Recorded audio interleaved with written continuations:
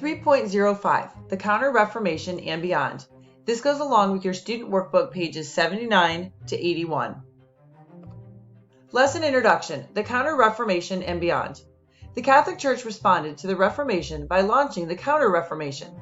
The Catholic Church made internal reforms and clarified its doctrine. It defended itself from heretics by banning books, emphasizing education, and bringing people before the church court or inquisition. But Protestantism continued to spread and religious conflict turned into political conflict. Europe splintered as monarchs chose sides. Sometimes they based their decisions on genuine beliefs, but they frequently had an eye on economic and territorial gains. Lesson objectives. Describe the Counter-Reformation. Describe methods the Catholic Church used to try to contain the spread of Protestantism, including the banning of books and the Inquisition. Give examples of how the Catholic-Protestant split led to political rivalries and wars in Europe. Identify at least 3 steps taken by the Council of Trent to correct the course of the Catholic Church. Identify Ignatius of Loyola. Identify Teresa of Avila. Identify the Reformation. The split into Catholicism and Protestantism. In the 1500s, religious quarrels split the Christian Church. The new teachings of Martin Luther, John Calvin, and others who became known as Protestants attracted many Christians. In Northern Europe, many rulers made the new Protestant faiths their official religions. In England, King Henry VIII divorced his Spanish wife, Catherine of Aragon, and broke with the Pope in Rome. England supported the Protestant cause, while Spain defended the Roman Catholic Church, as it was now called. Protestants criticized the Catholic Church. The Catholic Church responded to this criticism. They sent leaders out to correct bad practices and clarify the teachings of the Catholic Church. Pope Paul III realized the Catholic Church needed to reform. He tried to find good, honest men to act as bishops of the Roman Catholic Church. He encouraged the faithful to become monks and nuns and devote their lives to caring for the sick, helping the poor, and preaching Jesus' message of love for one's neighbor. He also held a special gathering of bishops called the Council of Trent. The Council of Trent. The Council of Trent took steps to correct the course of the Catholic Church. They did away with the sale of indulgences. It affirmed the long-standing belief that the Pope should lead the Church. The Council of Trent also affirmed that only the Church had the authority to judge the meaning of the Scriptures. The Council commissioned a new catechism, or statement of beliefs, to summarize the teachings and rules of the Catholic Church. The Council of Trent tried to bring bishops closer to their congregations. The Council set guidelines for schools to educate priests. It encouraged priests to live modestly and care for the poor. Teresa of Avila and Ignatius of Loyola.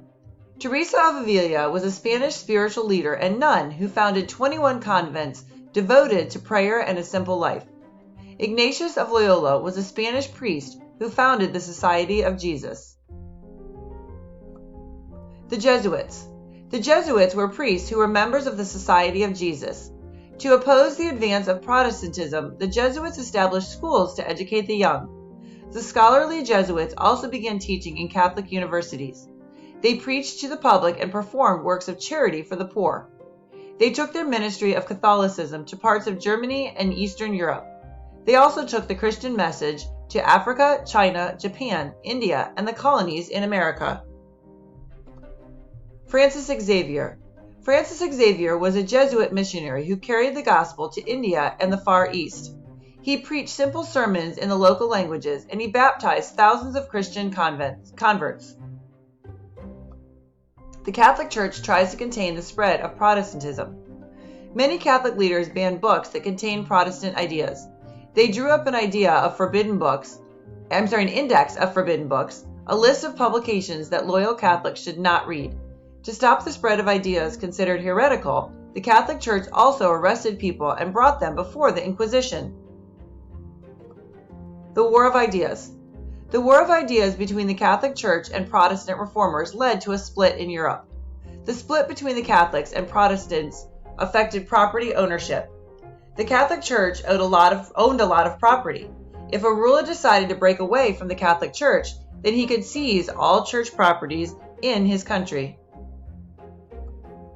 Religious wars in German lands. The religious wars in the German lands of the Holy Roman Empire led Catholic forces against a league of Protestant states. At first, he was victorious on the battlefield, but Protestant states quickly recovered and fought back. In 1555, the emperor agreed that each German prince could choose his state's official religion, Protestant or Catholic. Catholics and Huguenots.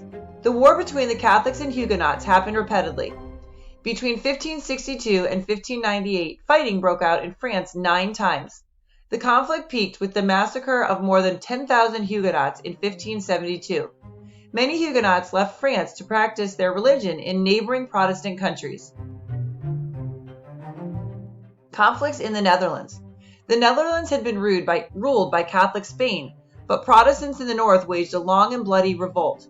The Protestants wanted both political independence and religious freedom. They eventually set up an independent Protestant Dutch state. England became solidly Protestant. After King Henry VIII, England swung back and forth between Protestantism and Catholicism, depending on the preference of the king or queen in power. Under the rule of Queen Elizabeth, England became a solidly Protestant nation. Teresa of Avila's convents. Teresa of Avila wanted life at her convents to be strict and very simple. She believed that worldly things distracted from prayer. Through prayer and suffering, her sisters could come closer to understanding why Jesus Christ endured torture on the cross. She made contributions to the Catholic faith. She traveled all over Spain, establishing convents and monasteries.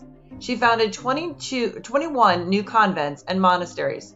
She wrote 7 books about her life and beliefs. Be gentle to all and stern with yourself.